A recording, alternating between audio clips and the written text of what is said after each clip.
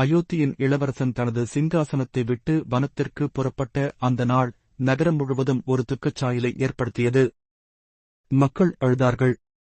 சிலர் சாகும் வரை நோன்பு மேற்கொண்டார்கள். தசரதர் துயரத்தில் ஆழ்ந்தபடி படுக்கையில் நிம்மதியின்றி கிடந்தார்.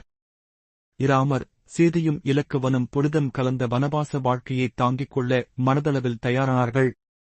அவர்கள் அந்த நாள் காலை அயோத்தியை விட்டு புறப்பட்ட போது மக்கள் அவர்களை பின்தொடர்ந்தனர்.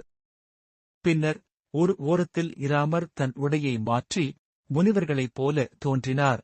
சீதையும் இலக்குவனும் அதைப் பின்பற்றினர். அவர்கள் தங்கள் பயணத்தில் பல வனங்கள், தீர்த்தங்கள், மகான்கள், சப்தரிஷிகள் வாழும் இடங்களை சந்தித்தனர். ஒவ்வொரு இடமும் அவர்களுக்கு புதிய சிந்தனையும் ஞானத்தையும் வழங்கியது. வனத்தில் அவர்கள் சந்தித்த முக்கியமான திருப்பம் சூர்பனகையின் வருகை. சூர்பனகை ராவணனின் சகோதரி, இராமனைக் கண்டு கவர்ந்தாள். இராமர் அவளுடைய காதல் முயற்சியை நிராகரித்தார். கோபமடைந்த சூர்பனகை சீதையை தாக்க முயன்றாள்.